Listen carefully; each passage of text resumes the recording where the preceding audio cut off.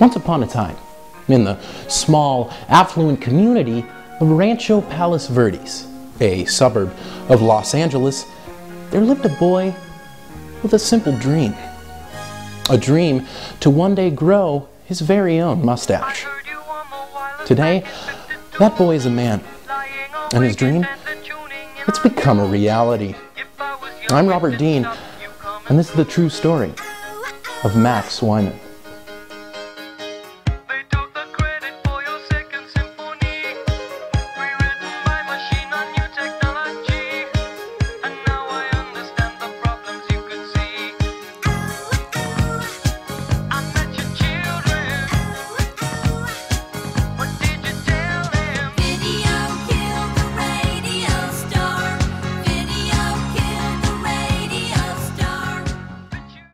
Last week, Wyman allowed me an exclusive interview in his hometown.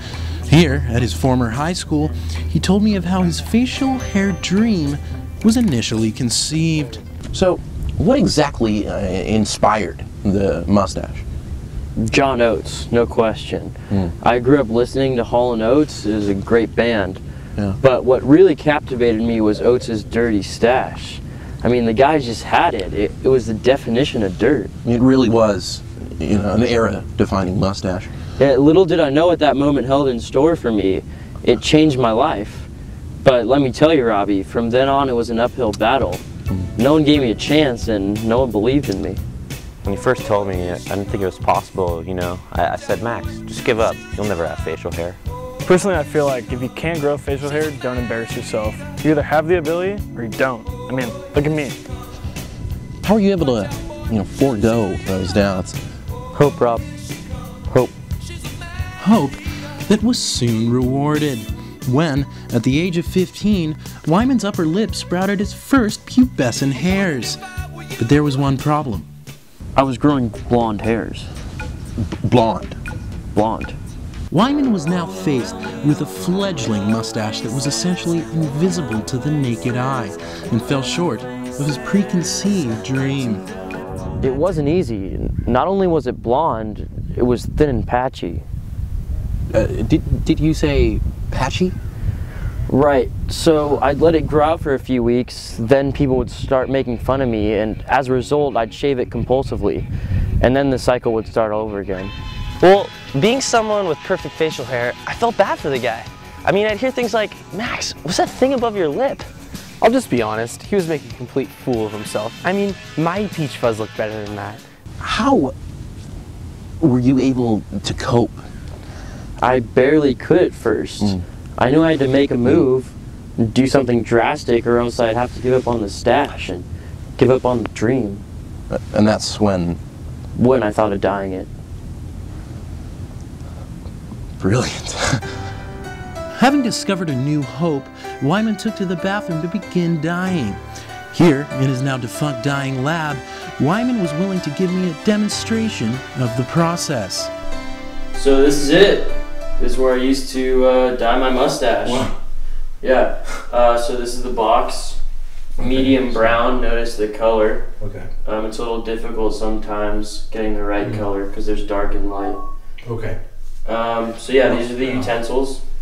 This is the brush that I use. This is the natural color developer. You do one strand of that.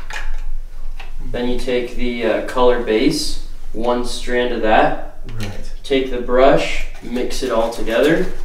Okay. And then you take a little bit on the brush and just apply. Now, about just a quick question. Yeah. The brush. Now, how is that? How do you maintain that? Do you wash it often, or what's the? You know, it for that? says to wash it, Okay. but I don't. Okay. Yeah. So basically, after I apply it, Right. it's a nice thick coat. Okay. Right. Leave it on for 5-ish minutes, and then go to the bathroom, wash it off with shampoo, and there you have it. But Wyman's dyeing strategy left mustache enthusiasts divided.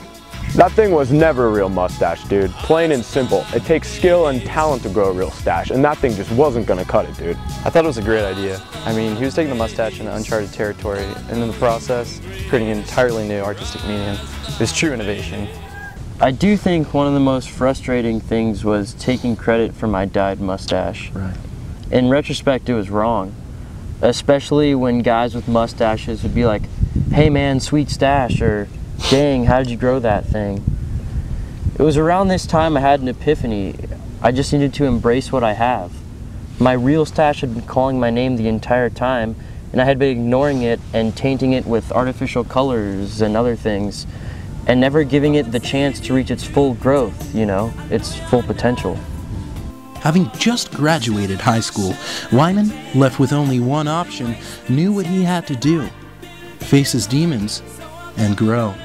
For the next 5 months of his life, he would not shave.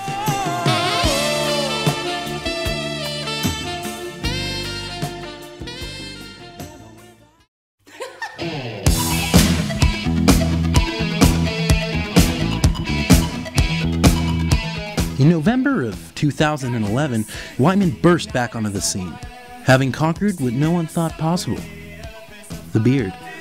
That beard blew me away. I didn't think he had it in him. Sure as hell proved me wrong. I feel like a new man.